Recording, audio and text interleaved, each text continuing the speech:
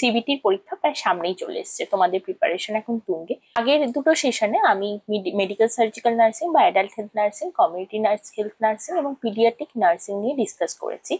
Mainly যে ডিসকাশনটা করেছি সেটা হচ্ছে কিভাবে তুমি এই সাবজেক্টগুলো থেকে প্রিপারেশন নেবে যাতে তুমি তোমার ফাইনাল লিস্টে তোমার নামটা দেখতে পাও। সেরকম ভাবি আজকে আরো দুটো নার্সিং সাবজেক্ট নিয়ে ডিসকাস করবো। এক হচ্ছে অবস্টেটিক অ্যান্ড গাইনোকোলজিক্যাল নার্সিং, আর একটা হচ্ছে সাইকিয়াট্রিক নার্সিং। তার সাথে চেষ্টা করবো যারা বিএসসি নার্সিং স্টুডেন্ট তাদের জন্য রিসার্চটাও একটু ডিসকাস করে দিতে। আমি এর সাথে একজন registered nurse working as a senior faculty in government college of nursing, and welcome to our channel মনটাস্টিক। Let's make nursing simple. তো চলো আর দেরি না করে শুরু করা যাক। সবাইকে রিকোয়েস্ট ভিডিওটা শেষ পর্যন্ত দেখতে, যদি ভালো লেগে থাকে অবশ্যই লাইক এবং শেয়ার করবে, আর যদি কোনো ডাউট থেকে থাকে তাহলে কমেন্ট সেকশনে, ফেসবুকে, হোয়াটসঅ্যাপে বা মেলে আমার সাথে যোগাযোগ করতে পারো, যার প্রত্যেকটা লিঙ্ক ডেসক্রিপশন বক্সে দেওয়া আছে। প্রথমেই চলে আসছে সব থেকে ইম্পর্টেন্ট সাবজেক্ট, সেটা হচ্ছে অবস্টেটিক্যাল অ্যান্ড গাইনোকোলজিক্যাল নার্সিং। তুমি যদি তোমার নিজের ডিগ্রিটা দেখো তাহলে তোমার ডিগ্রিটার নাম হচ্ছে nurse and মিডওয়াইফস, registered nurse and মিডওয়াইফস। তো মিডওয়াইফস হওয়ার জন্য যে সাবজেক্টটা ইম্পর্টেন্ট সেটা হচ্ছে অবস্টেটিক নার্সিং। আর এই অবস্টেটিক্যাল নার্সিং থেকে সাবজেক্ট থেকে কোয়েশ্চেন পড়বেই, এটা ধরেই তুমি কিন্তু পরীক্ষা দিতে যাচ্ছ, তাই এই সাবজেক্টের প্রিপারেশন কিন্তু খুব ভালো হওয়া দরকার। এবার চলে আসছে যে কি বই ফলো করবে এটার জন্য। সবার প্রথম হচ্ছে ডিসি দত্ত। ডিসি দত্ত ছাড়া অবস্টেটিক্যাল নার্সিং এর কোনো বই অল্টারনেটিভস নেই। আর কি কি অংশগুলো পড়বে, এখানে যে অংশগুলো ইম্পর্টেন্ট সেগুলো হচ্ছে প্লাসেন্টাল ডেভেলপমেন্ট, কোন মানে যে ফিটাল এবং প্লাসেন্টাল ডেভেলপমেন্ট কোন পর্যায়ে কি হচ্ছে প্রত্যেকটা উইকস ধরে মনে রাখবে। যেমন আমি এক্সাম্পল দিচ্ছি যে হার্টবিট কোন উইকসে আসছে, ফার্স্ট ফিটাল মুভমেন্ট কোন উইকস থেকে পাওয়া যাচ্ছে, এই যে জিনিসগুলো এগুলোর একটা চার্ট বানাবে, তাহলেই মনে থাকা সম্ভব, না হলে মনে থাকা সম্ভব না। আর একটা যেটা ইম্পর্টেন্ট জিনিস পড়তেই হবে সেটা হচ্ছে নর্মাল প্রেগনেন্সি। নর্মাল প্রেগনেন্সির মধ্যে হচ্ছে ফার্স্ট ট্রাইমেস্টারে কি কি চেঞ্জ হচ্ছে, সেকেন্ড ট্রাইমেস্টারে কি কি ফিজিওলজিক্যাল চেঞ্জ হচ্ছে, এবং থার্ড ট্রাইমেস্টারে কি কি চেঞ্জ হচ্ছে। এই প্রত্যেকটা ট্রাইমেস্টার ওয়াইজ চেঞ্জেস গুলো পড়বে, কারণ এখান থেকে সব থেকে বেশি শর্ট কোয়েশ্চেন বা এমসিকিউ কোয়েশ্চেন এসে থাকে। আর তারপরে চলে আসছি নর্মাল লেবার। নর্মাল লেবারের ইম্পর্টেন্ট অংশ হচ্ছে পার্টোগ্রাফ। এই পার্টোগ্রাফ রিলেটেড কেস স্টাডি গুলো করার চেষ্টা করবে, আর পার্টোগ্রাফটা ভালো করে বুঝে যাওয়ার চেষ্টা করবে, কারণ পার্টোগ্রাফ রিলেটেড কেস স্টাডি অনেক সময় এসে থাকে। এই হলো গিয়ে নর্মাল প্রেগনেন্সি। এবার চলে আসছে abnormality in pregnancy. Abnormality in প্রেগনেন্সির মধ্যে যেগুলো সব থেকে কমন সেগুলো কিন্তু ভালো করে দেখবে। তার মানে হচ্ছে এক্লামশিয়া প্রি এক্লামশিয়া। আর এক্ষেত্রে কিন্তু ড্রাগ ডোজটাও ইম্পর্টেন্ট, ম্যাক্সালপেট ডোজটা দেখে যাবে। সেকেন্ড হচ্ছে জেস্টেশনাল ডায়াবেটিস মেলাইটাস, এটা ইম্পর্টেন্ট। আর একটা টপিক ইম্পর্টেন্ট সেটা হচ্ছে একটোপিক প্রেগনেন্সি। এছাড়াও টুইন প্রেগনেন্সিটা আর একবার ভালো করে দেখে যাবে। মোটামুটি এই অ্যাবনর্মালিটি গুলো থেকেই কিন্তু মোস্ট অফ দা কোয়েশ্চেন এসে থাকে। এছাড়াও যদি তোমার মনে হয় বইটা একবার পড়বে তাহলে পড়তে পারো। এবার চলে আসছি সাইকিয়াট্রিক নার্সিং পোর্শনে। সাইকিয়াট্রিক পোর্শনটা তোমাদের খুব একটা মাথা ব্যথার কারণ, তার কারণ হচ্ছে তোমরা এটা ওয়ার্ডে প্র্যাকটিস করো না, এবং যা বিএসসি তে বা জিএনএম এ পড়ে এসছো এবং ওটাই শেষ পড়া হয়ে যায়, এবং এর টার্মস গুলো একটু ডিফারেন্ট নর্মালের থেকে।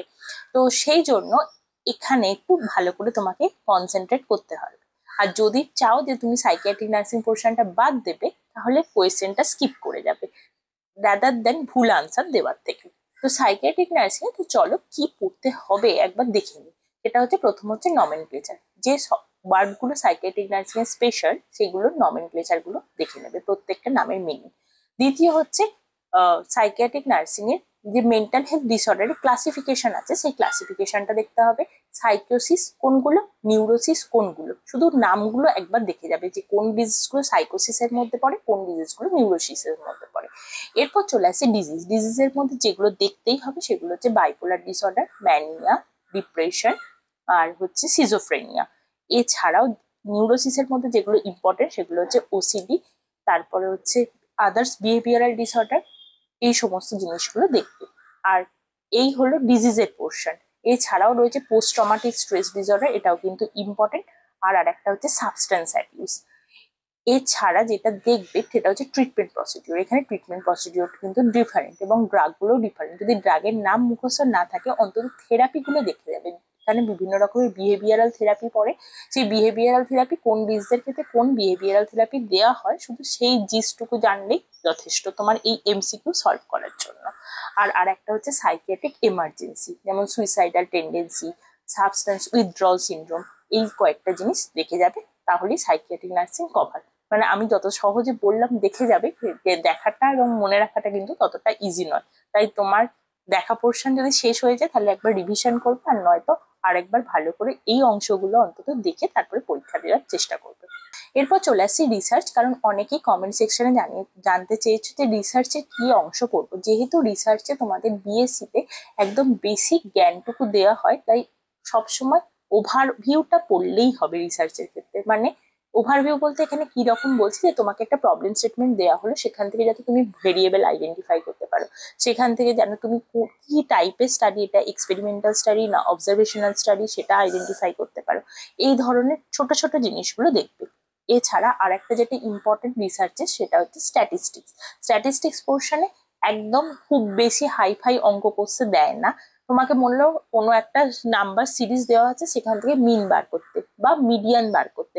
স্ট্যান্ডার্ড ডেভিয়েশন জেনারেলি দেওয়া হয় না, মিন বা মিডিয়ানটুকুই দেওয়া হয়ে থাকে। শেষে এটাই বলবো যে কম পড়ো কিন্তু ভালো করে পড়ো, এবং রিটেনশন বেশি করতে হবে। রিটেনশন করলাম না, আমি শুধুই পড়ে গেলাম, তাহলে কিন্তু সেই পড়ার কোনো মানে হয় না। তুমি আগে দেখবে যে যতটা তুমি পড়েছো সেটা থেকে তুমি কিন্তু সব থেকে বেশি ভালো এমসিকিউ করতে পারছো কিনা, মানে এমসিকিউ এর তোমার আনসারের সঠিকনেসটা যেন বাড়ছে, এটা অন্তত পারফেক্টনেসটা বাড়ছে, সেটা দেখলে কিন্তু তুমি বুঝতে পারবে, এবং নিজের প্রতি তোমার কনফিডেন্স তৈরি হবে যে তুমি অন্তত ওখানে সিবিটিতে গিয়ে 100-র মধ্যে কত পার্সেন্টেজ আনসার করতে পারবে। আজকে সেশনটা এই পর্যন্ত। সবাই ভালো থেকো, সুস্থ থেকো।